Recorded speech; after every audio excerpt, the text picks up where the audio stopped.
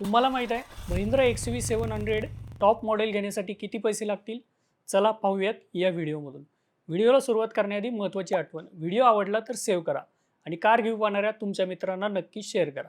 मित्रांनो, महिंद्रा XUV700 च्या diesel top व्हेरियंटचं नाव आहे X7 luxury pack diesel 80 all wheel drive 7 seater dual tone, ज्याची एक शोरूम किंमत आहे 25,88,999 रुपये.